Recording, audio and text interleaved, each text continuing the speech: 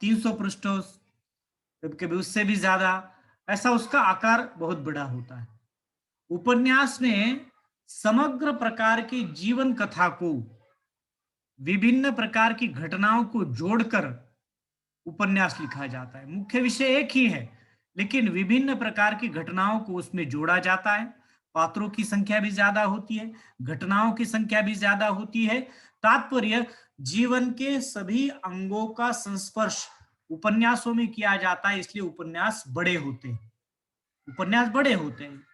उदाहरण के रूप में कितने पाकिस्तान, इस प्रकार का उपन्यास हम ले, या प्रेमचंद का निर्मला उपन्यास हम लेते हैं, या गोदान या गबन जैसा उपन्यास हम लेते हैं, तो समग्र किसान या आंचलिक जीवन की या ग्रामीण जीवन की समस्त अभिव्यक्ति हमें जो है उस उपन्यास में देखने के लिए मिल जाती है। जैसे मराठी उपन्यासों की चर्चा की जाए तो 12 मासों नाम का जो उपन्यास है, इस उपन्यास में, या भीमराव वाकचौरे के जो गराडा नाम का उपन्यास है, तो वैजापुर परिक्षेत्र के विभिन्न वैजापुर परिक्षेत्र के किसानों के जिस प्रकार का शोषण होता आ रहा है, उस संपूर्ण किसानों के शोषण को गरडा इस उपन्यास में अभिव्यक्त किया गया है। घटनाएं अलग अलग होती हैं, लेकिन संपूर्ण जीवन के अलग अलग घटनाओं को जोड़कर एक उपन्यास बनाया जाता है। तो ये उपन्यास हो गया। तो कहानी क्या है? कहानी का कलेवर छोटा होता है, जिसको हम कथा कहते हैं। तो उपन्यास की तुलना में इसमें किसी एक घटना को लेकर ही विवेचन किया जाता है, जीवन के किसी एक पक्ष को लेकर इसमें वर्णन किया जाता है। तो स्वाभाविक है, पात्रों की संख्या भी सीमित होती है, 2, 4, 6, 7, ज्यादा से ज्यादा 5-6 पन्नों में ये कहानी अभिव्यक्त की जाती है। तो कहानी और उपन्यास में अंतर तो कलेवर का है ही, वो बड़ा ये छोटी, इसमें जीवन का समग्र विवेचन, इसमें जीवन के या किसी भी जीवन के किसी एक पक्ष को लेकर विवेचन किया जाता है। आत्मकथा, आत्मकथा का तात्पर्य क्या है? बायोग्राफी जिसको कहा जाता है, ऑटोबायोग्राफी जिसको कहा जाता है।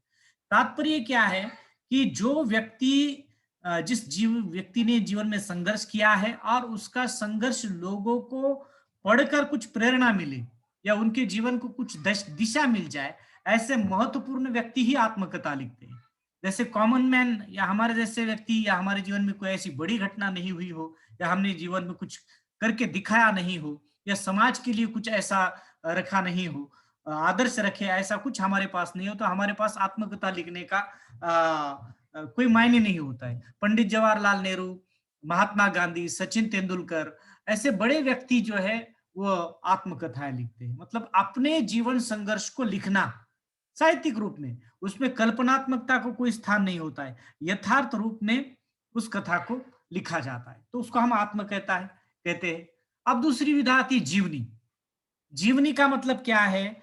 जो व्यक्ति खुद अपने जीवन की कथा को लिख नहीं पाता है या लिखता नहीं है, तो उसको दूसरे व्यक्ति उसके जीवन पर लिखते हैं। जैसे सचिन तेंदुलकर स्वयं लेखक के रूप में उसने लिखा नहीं, तो सचिन तेंदुलकर के जीवन के बारे में किसी दूसरे व्यक्ति ने लिखा, मतलब जीवनी होगी। आत्मकथा और जीवनी में क्या फर्क है? जो व्यक्ति खुद अपने ही जीवन के संघर्ष को अपने ही हाथों से लिखता है, अभिव्यक्त करता है, तो हो गया आत्मकथा। जीवनी का तात्पर्य क्या है कि जो व्यक्ति खुद लिख नहीं सकता, उसके लिए कोई दूसरा व्यक्ति लिखता है उसके जीवन पर, तो उसको कहा जाता है जीवनी। तो जीवनी इस तरह का एक साहित्य प्रकार है। निबंधों के बारे में तो हमारी चर्चा हुई, एक सार रूप में या एक विशिष्ट निबंध का मतलब ये है कि विचारों को बांधना। तो सामाजिक रूप में सामाजिक हो, ऐतिहासिक हो, साहित्यिक हो, या अन्य किसी भी विषय पर यदि आपको निबंध लिखा जाए, तो आपके वैचारिकता की कसौटी वहां पर होती है, चूंकि आपको गागर में सागर भरना पड़ता है। बहुत कम शब्दों में आपको बहुत अधिक रूप में कुशलता से उसमें लिखना पड़ता है। तो ये कुछ महत्वपूर्ण विधाएं हैं। अब हमारे पाठ्यक्रम के लिए कुछ विधाएं यहां पर दी गई, जैसे कि पहली विधा है आत्मवृत्त। आत्मवृत्त का तात्पर्य क्या है? जैसे आत्मकथा के बारे में मैंने कहा था, आत्मकथा अपने जन्म से लेकर जीवन के जिस कगार पर हम खड़े हैं, चाहे हम 70, 80, 85 साल के हुए हो, उस क्षण तक जो भी विवेचन यथार्थ रूप में, वास्तविक रूप में जैसे जीवन में घटित होता है, वैसे के वैसे घटित जीवन के घटनाओं को जो लिखा जाता है, उसको हम आत्मकथा कहते हैं। आत्मव्रत क्या है? आत्मव्रत मतलब जीवन का किसी छोटे पक्ष को लेकर, अपने ही जीवन के किसी एक पक्ष को लेकर हम जब विवेचन करते हैं, खुद के जीवन के बारे में जो हमारे घटा है, उस जीवन को उसको पढ़कर लोग लेखक के आत्मव्रत लिखने वाले के जीवन को के एक झलक देख पाते हैं, उससे कुछ मिलता है हमें, उससे कुछ समझ में आता है, कुछ उपदेश मिलता है, कुछ नई सीख मिलती है, या उसके, क्योंकि जीवन जो है वो अनुभवों की पूंजी है, यह हम अपने बलबूते पर जीते नहीं है, इसलिए हमें समाज का एक अंग कहा जाता है। अगर हम समाज से कटकर कहीं जीने की सोचे, अगर आपको जंगल में छोड़ दिया जाए और किसी लोगों के संपर्क में न रखा जाए, तो आपके व्यक्तित्व के किसी भी अंग का विकास नहीं होगा। आपका बनना और बिगड़ना ये समाज में ही होता है। आप कैसे बनते हैं ये समाज पर निर्भर है, आप कैसे बिगड़ते हैं वो समाज पर ही निर्भर है। लेकिन आपके व्यक्तित्व के अच्छे बुरे किसी भी प्रकार के विकास के लिए आपको समाज के प्रवाह में रहना पड़ता है। इसलिए समाज को देखकर ही हम अपने व्यक्तित्व का विकास करते हैं। समाज को देखकर ही हम अपना अपना व्यवहार, अपना बिहेवियर या अपना जीवनचर्या हम बनाते हैं। इसलिए अच्छी बुरी वो बात छोड़ दो, लेकिन समाज में रहकर ही हमारे व्यक्तित्व के अंग और व्यक्तित्व के पहलू पड़ते हैं। तो इसीलिए कहा जाता है कि हम जो भी हमारे जीवन के लिए आवश्यक है वह समाज से लेते हैं। इसलिए हम अनुभव से परिपक्व होकर हम जीते। जैसे हमें पता है कि आग में हाथ डालने के बाद हाथ जल जाता है, हमने देखा है, हमने लोगों से सुना भी है, लेकिन इसका मतलब ऐसा नहीं है कि हम प्रत्येक व्यक्ति अनुभव करके ही देखे। चलो देखो तो सही, हमने ऐसा सुना है कि आग में हाथ डालने से हाथ जलता है, तो प्रत्येक व्यक्ति आग में हाथ डालकर अनुभव लेता है क्या? नहीं लेता है। इसीलिए वो दुनिया से सीखता है, दुनिया से अपना, इसलिए हम बड़े बड़े व्यक्ति के व्यक्तित्व से परिचित होते, स्वामी विवेकानंद हो, महात्मा गांधी हो, गौतम बुद्ध हो, एपीजे अब्दुल कलाम हो या तेंदुलकर हो, ऐसे बड़े बड़े जो व्यक्ति जिन्होंने संघर्ष से जीवन शुरू किया और आगे बढ़े, तो उनके जीवन में क्या क्या अनुभव आए, तो इन अनुभवों को सीख कर ही, इन अनुभवों को समझ कर ही हम अपने व्यक्तित्व का विकास कर सकते हैं।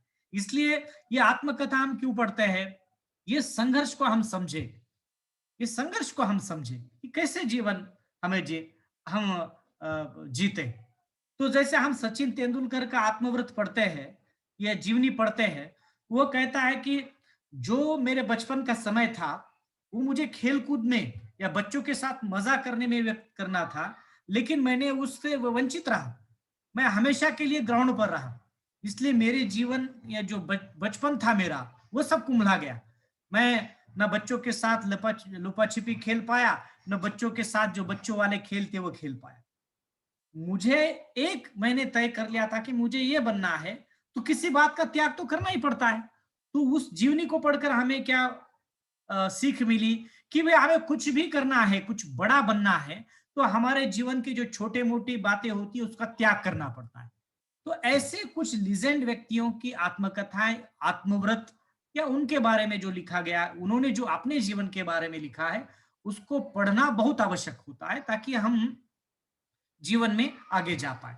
तो आत्मव्रत का तात्पर्य है कि किसी एक अंश को, जीवन के किसी एक घटना के बारे में, छोटी सी घटना के बारे में बता देना, ये आत्मव्रत कहलाता है। तो हमारे पाठ्यक्रम में मेरा जीवन नाम का एक प्रेमचंद का आत्मव्रत है, वो इसी सेमेस्टर में है, वो हमें देखना है। उसके बाद रेखा चित्र, इसको हम क्या कहते हैं? स्केच।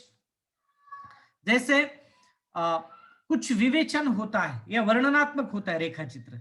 जैसे एक चित्र निकाला जाता है, उस चित्र को देखकर उस चित्र के भीतर जो अनुभव है, जो अभिव्यक्त किए गए हैं, उसको हम अनुभूत करते हैं। किसी एक पक्षी को बनाते, पक्षी का चित्र बनाते समय जैसी रेखाओं को खींचा जाता है और उस उस प्रकार का पूरा बनने के बाद वो पक्षी के रूप में हमारे नजरों के सामने आ जाता है।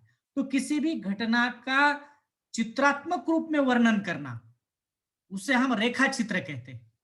तो हमारे यहाँ पर महादेवी वर्मा का नीलकंठ मोर नाम का एक रेखा चित्र है। अब संस्मरण, ये तीसरी विधा है।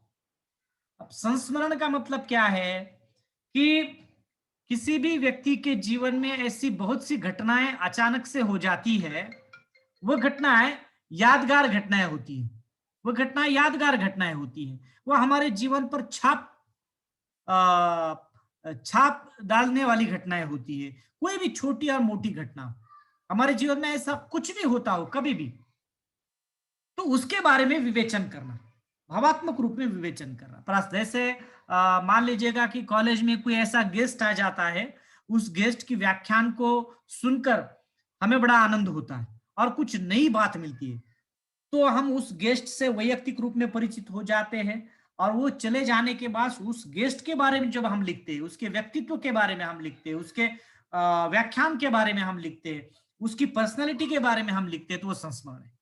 कभी ऐसे कैरेक्टर हमें बस या ट्रेन में भी मिल जाते हैं, तो कुछ घंटों के सफर में भी कुछ ऐसे विशिष्ट होते हैं कि हमें अद्भुत लगते हैं, वो हमारे जीवन पर कुछ छाप छोड़ जाते हैं।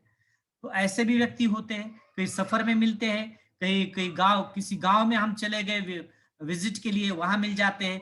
कभी हम अपने ही दोस्त हमारे साथ पढ़ने,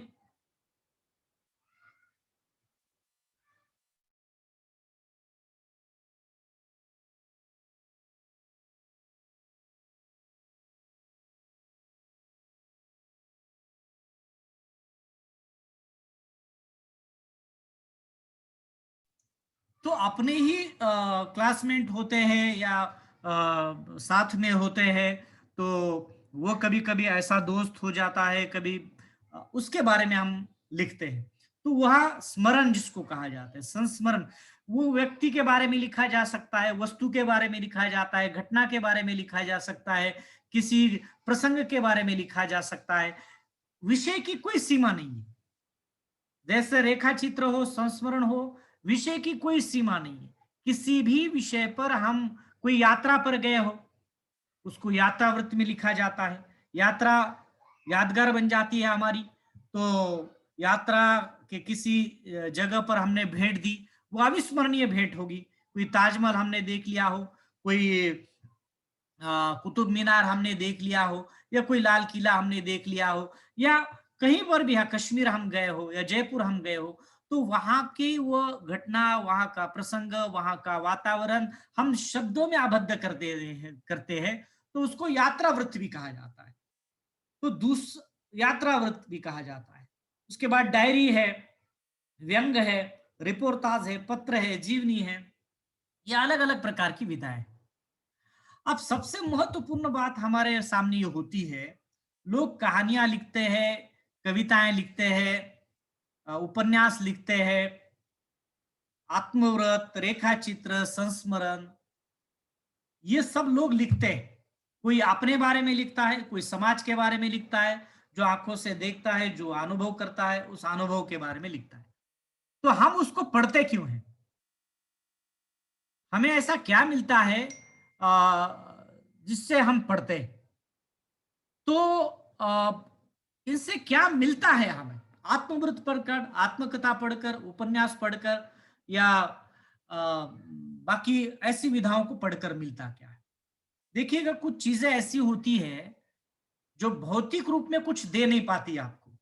ये किया तो आपको इतने पैसे मिल जाएंगे, वो किया तो आपको ये वस्तु मिल जाएगी, ये तो भौतिक रूप में मिलने वाली चीजें। लेकिन कुछ चीजें ऐसी होती है जो आपको मानसिक समाधान के लिए करते हैं, है ना? एक विशिष्ट प्रकार का समाधान या विशिष्ट प्रकार का आनंद।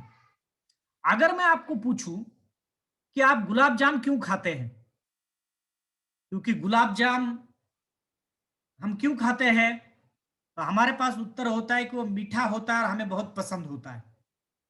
लेकिन गुलाब जाम खाने का आनंद कितनी देर होता है आपको?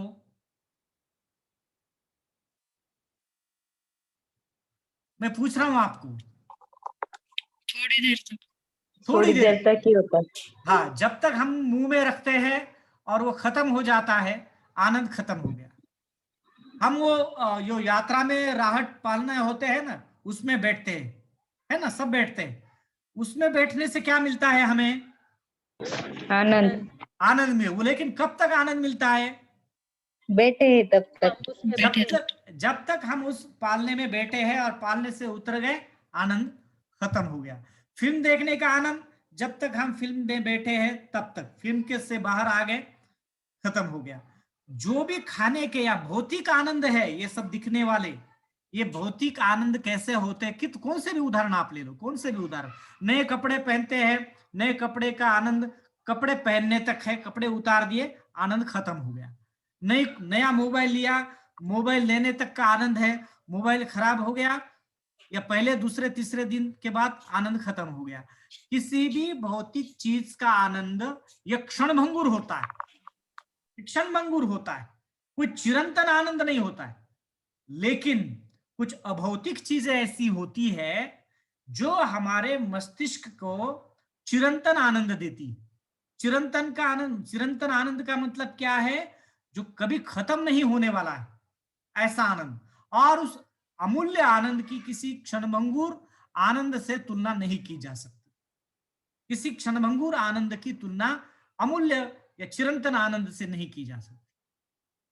चमक उठी सन 57 में वो तलवार पुरानी थी, खूब लड़ी मर्दानी वो तो झांसी वाली रानी थी।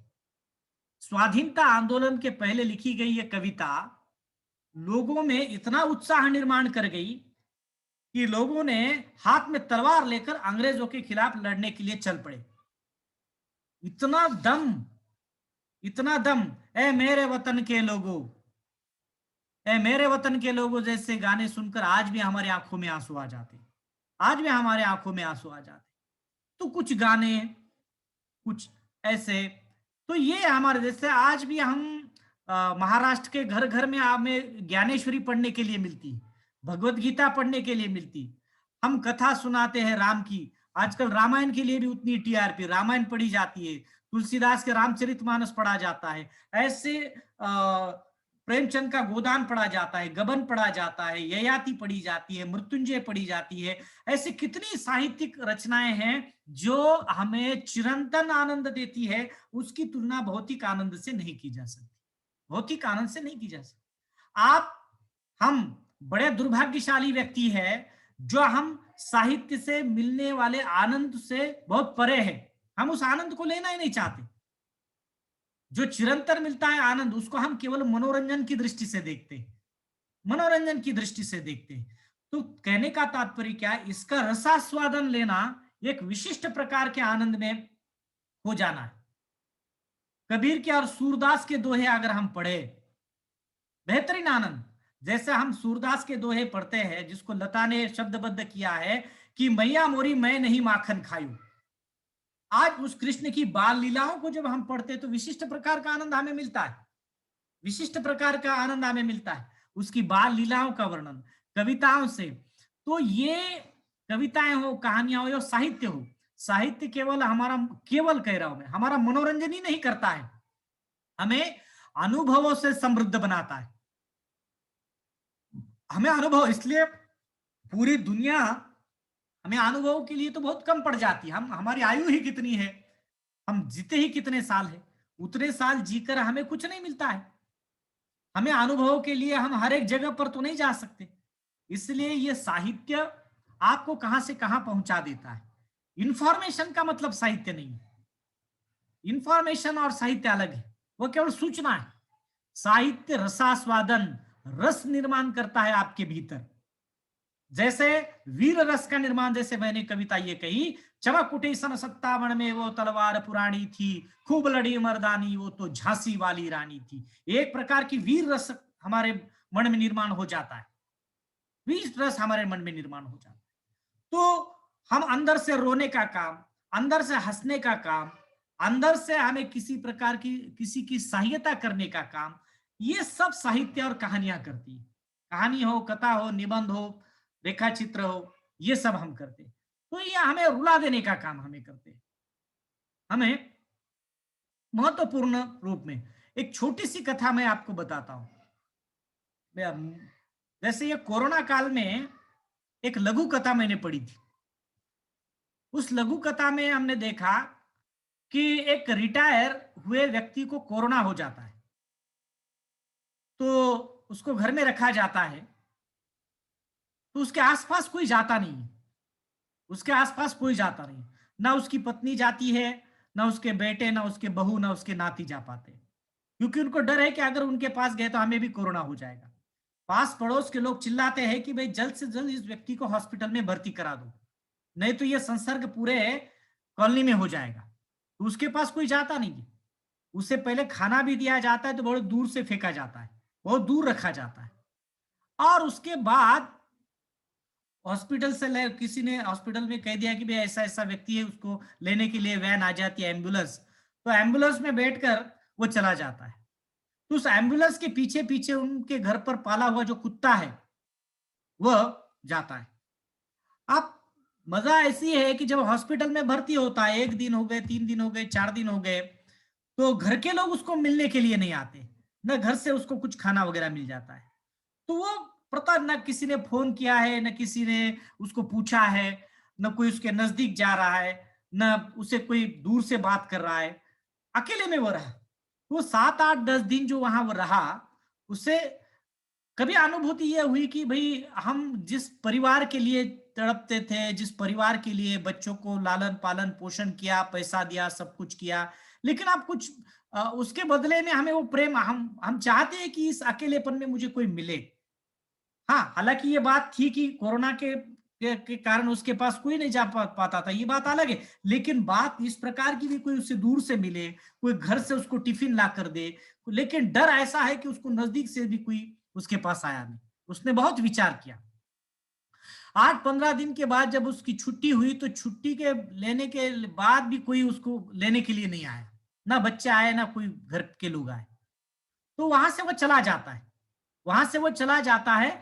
लेकिन 8, 15 दिन उसके साथ जो था, एक व्यक्ति था, एक प्राणी था, वो था उसका कुत्ता। उस कुत्ते को लेकर वो कहीं पर चला जाता है। जब घर पर पता चल जाता है कि 10, 15 दिन हो गए, पिताजी की छुट्टी हुई या नहीं हुई, वो देखने जब चले जाते हैं, तब कहा जाता है कि पेशेंट तो 2, 3 दिन पहले ही चला गया यहाँ से। तो फिर घर वाले जागृत हो जाते कि कैसे हो गया, क्या हो गया, कहाँ चले गए, यहाँ ढूंढते हैं, वहां ढूंढते हैं। फिर 2, 3 दिन मिलते नहीं, तो एक इश्तिहार देते हैं कि इस मतलब पेपर में कि इस उम्र का व्यक्ति जो है ऐसा ऐसा दिखता है, उसका छोट फोटो, जो भी इसको ढूंढ कर लाएगा उसको जो है वो 40,000 रुपए इनाम दिया जाएगा। अब ये जो आया है वो इश्तिहार, वो बूढ़ा भी पढ़ता है कि मेरे खोने का आया है, और उस पर 40,000 रुपए जो है इनाम रखा है। और ये 40,000 रुपए कौन से है? ये 40,000 रुपए इसी व्यक्ति की पेंशन है जो हर महीने को आती है। तो 1 महीने की पेंशन देने का वादा कर दिया है। तो कहने का तात्पर्य क्या है? कथा बड़ी थी, लेकिन मैंने संक्षेप में उसका उद्देश्य बताया कि मनुष्य की संवेदनाएं कितनी मर चुकी है। इस काल में हमने देखा कि मनुष्य की संवेदनाएं कितनी मर चुकी है। व्यक्ति व्यक्ति के लिए कुछ कर नहीं पाता है, अपने घर परिवार वालों के लिए कुछ सोच नहीं पाता है, न उस प्रकार का लगाव अब लोगों का रहा है। केवल पैसे को छोड़कर अभी कुछ नहीं रहा है। तो ये संवेदनशीलता भीतर निर्माण करने का काम ये इस प्रकार की कथा कहानियां हमें कराती है। ऐसे बहुत सी कहानियां हैं, कथा है, जो हमें इस प्रकार से प्रेरित भी करती है, जीवन की एक नई सीख देती है। जीवन के और देखने का हमारा जो एक दृष्टिकोण है, उस दृष्टिकोण को निर्माण करने का काम जो है ये कहानियां करती है, कथा करती है। और फिल्में क्या होती है? मूलतः कथा ही होती है, साहित्य ही होती है, लेकिन पाठकों को जैसे वो प्योर नहीं होती है उपन्यास और कहानियों की तरह। उसमें मिक्स मसाला इसलिए होता है कि लोगों के मनोरंजन के लिए वह खासकर बनाई जाती है। लेकिन जो आर्ट फिल्में होती है उसमें ज्यादा कल्पनात्मकता को कोई स्थान नहीं होता है। तो इस तरह से हम देखते हैं कि मूलतः एक निर्माण करने के लिए, जैसे फ्लाइंग जेट नाम का हमने मिल्खा सिंह पर एक फिल्म बनी थी, वो देखी है। एपीजे अब्दुल कलाम पर एक फिल्म बनी थी, वो भी एक महत्वपूर्ण फिल्म है जो कुछ नई बातें देती है। जैसे 3 इडियट्स नाम की फिल्म है, जो हमें कुछ नई बातें देती है। जैसे चक दे इंडिया नाम की फिल्म है जो कुछ हमें नया दृष्टिकोण देती है। तो जैसे माय नेम इज खान नाम की एक फिल्म है जिसमें शाहरुख खान पर मुसलमानों के साथ जिस प्रकार का व्यवहार होता है वह कुछ नई बातें देखिए। हे राम जैसी फिल्म है। कुछ फिल्में ये मूलतः कथा ही होती है, उसको पटकथा के रूप में बाद में बनाया जाता है, उसमें थोड़ा मसाला वगैरह डाल के 10-20% उसको रोचक बनाया जाता है। तो ये हमें नई दृष्टि, नया आनंद देती है। और ये आनंद कैसा होता है? चिरंतन आनंद होता है। ये आनंद गुलाब जाम जैसा खत्म वाले होने वाला नहीं है, पालने से नीचे उतरने के बाद खत्म होने वाला आनंद नहीं है। तो ये चिरंतन आनंद होता है। अगर मैं आपको पूछूं कि आपको सेटिस्फेक्शन मिलता है, समाधान मिलता है, मतलब क्या? हम उसको व्याख्यायित नहीं कर पाएंगे। समाधान हमें मिल जाता है। बच्चों के साथ खेलने के बाद आपको क्या मिलता है? तो आपको समाधान मिलता है। हम उसको व्याख्यायित नहीं कर पाते कि बच्चों के साथ खेलने के बाद कैसा आनंद हमें मिलता है। तो ये आनंद देने का काम, और ये चिरंतन आनंद है, हमारे मानस को शुद्ध और स्वच्छ आनंद देने का काम जो है वह साहित्य की अलग अलग विधाएं करती है। इसलिए साहित्य हमें पढ़ना चाहिए, चाहे वह कथा हो, चाहे कविता हो, चाहे वह निबंध हो, यात्रावत हो, रेखा चित्र हो। नई नई जो चीज आती है वो हमें समृद्ध बनाती है, हमारे व्यक्तित्व को। पर्सनालिटी का मतलब केवल हमारी शरीर रचना नहीं होती है, हमारा रंग रूप नहीं होता है, आप काले हैं कि गोरे। हमारे यहाँ पर गोरे का मतलब सुंदर है ऐसा होता है, लेकिन दक्षिण अफ्रीका में काले का मतलब सुंदर ऐसा होता है। हर जगह पर सुंदरता की व्याख्या। हमारे यहाँ पर जो नाटे होते हैं उसको जो बौने होते हैं जिसको बुटके कहा जाता है वो होते हैं, तो हम उसको नाम रखते हैं। लेकिन वही जापान और इंडोनेशिया में वही पहचान है उनकी सुंदरता की, जितने छोटे उतने अच्छे लगते, लंबे आदमी उनको अधेड़ लगते। तो प्रत्येक देश में सुंदरता की परिकल्पना अलग है। तो पर्सनैलिटी का मतलब आपकी शरीर रचना नहीं है, आप दिखते कैसे, आप होते कैसे, आपका रंग कैसा है, आपके बाल कैसे, ये नहीं। पर्सनैलिटी का वो महज एक हिस्सा है। लेकिन महत्वपूर्ण बात क्या है कि पर्सनैलिटी में आपका व्यक्तित्व कैसा है, आपकी सोच कैसी है, आप में आत्मविश्वास कैसा है, आप दुनिया के बारे में कैसे सोचते हैं, आपका अनुभव कैसा है, आपकी तर्क शक्ति कैसी है, आप दूसरे के प्रति संवेदनशील है या नहीं। इसका मतलब ये पर्सनैलिटी का सबसे बड़ा हिस्सा होता है। आप दिल से बोलते हैं या नहीं, या आर्टिफिशियल बोलते हैं, तो ये हिस्सा नहीं। तो आपके व्यक्तित्व के पहलू को अधिक समृद्ध बनाने का काम जो है वह साहित्य करता है। समझ में आ गया आपको? हाँ सर। हाँ, तो जिस दिशा से जा रहे वह है। तो हमारे पाठ्यक्रम में पहले इस क्या कहते हैं, पहले इस हमारे सेमेस्टर में एक 5 विधाएं हमें दी है। आत्मव्रत, जिसका नाम है मेरा जीवन, और वो लिखी है प्रेमचंद ने। दूसरा है रेखा चित्र, रेखा चित्र का नाम है नीलकंठ मोर, और ये लिखा है रेखा चित्र महादेवी वर्मा ने। तीसरा है संस्मरण, जो कमला नाम का है, वह लिखा है पद्मा सचदेव ने। चौथा है निबंध शिरीष के फूल, वो लिखा है हजारी प्रसाद द्विवेदी ने। पांचवा है यात्रावृत, शीर्षक है चीड़ों पर चांदनी, लिखा है निर्मल वर्मा ने। तो ये 5 विधाएं, बाकी की जो 5 विधाएं वो अगले सत्र के लिए है। इस सत्र में ये 5 विधाओं को लेकर हमें विश्लेषण करना है। देखिएगा, मैंने जैसे कहा साहित्य के लिए विषय कोई नहीं होता है। किसी भी विषय को लेकर,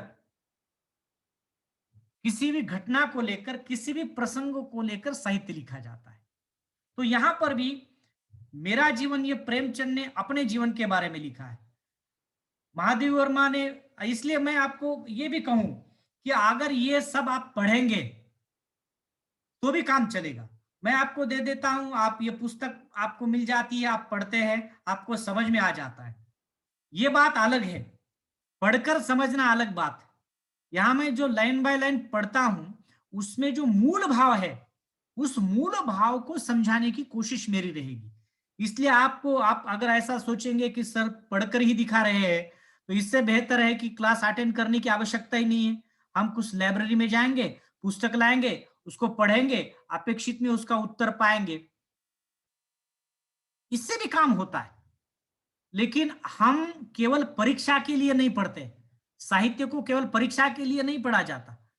आप में से बहुत से विद्यार्थी ऐसे हैं, अभी ये 5-6 विद्यार्थी है, बाकी के विद्यार्थी घर पर बैठकर अपेक्षित में उसको पढ़ सकते, लेकिन जो मूल बात है, उस मूल बात को, मूल संवेदना कहाँ कहाँ अभिव्यक्त होती है लेखक की, वो मुझे आपको पढ़ाते हुए यह समझाना पड़ेगा।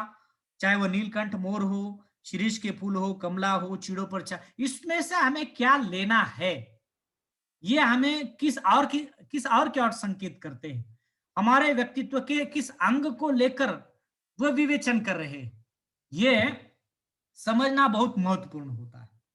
इसलिए आपको लगता होगा इसको पढ़कर हम समझ जाएंगे, तो समझ जाएंगे, लेकिन केवल कथानक को समझ पाएंगे, लेकिन इसकी मूल बात, मूल संवेदना को समझना, उसके उद्देश्य को समझना, ये क्यों लिखा, ये बहुत आवश्यक होता है। तो हम सबसे पहले यह आत्मवृत्त को देखेंगे। आत्मवृत्त का तात्पर्य मैंने आपको बताया कि जो खुद के जीवन के बारे में, स्वयं के जीवन के बारे में कुछ एक विवेचन करना, कुछ महत्वपूर्ण घटना का विवेचन करना, कुछ महत्वपूर्ण घटना का विवेचन करना, उसको आत्मवृत्त कहलाता है। आत्मकथा जीवन के समग्र अंगों का विवेचन करना, वो आत्मकथा है।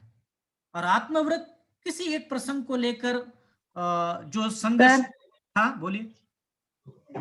आपको पॉसिबल है तो चीड़ों पर चांदनी सिखाओगे? अरे मुझे तो सभी सिखाना है ना।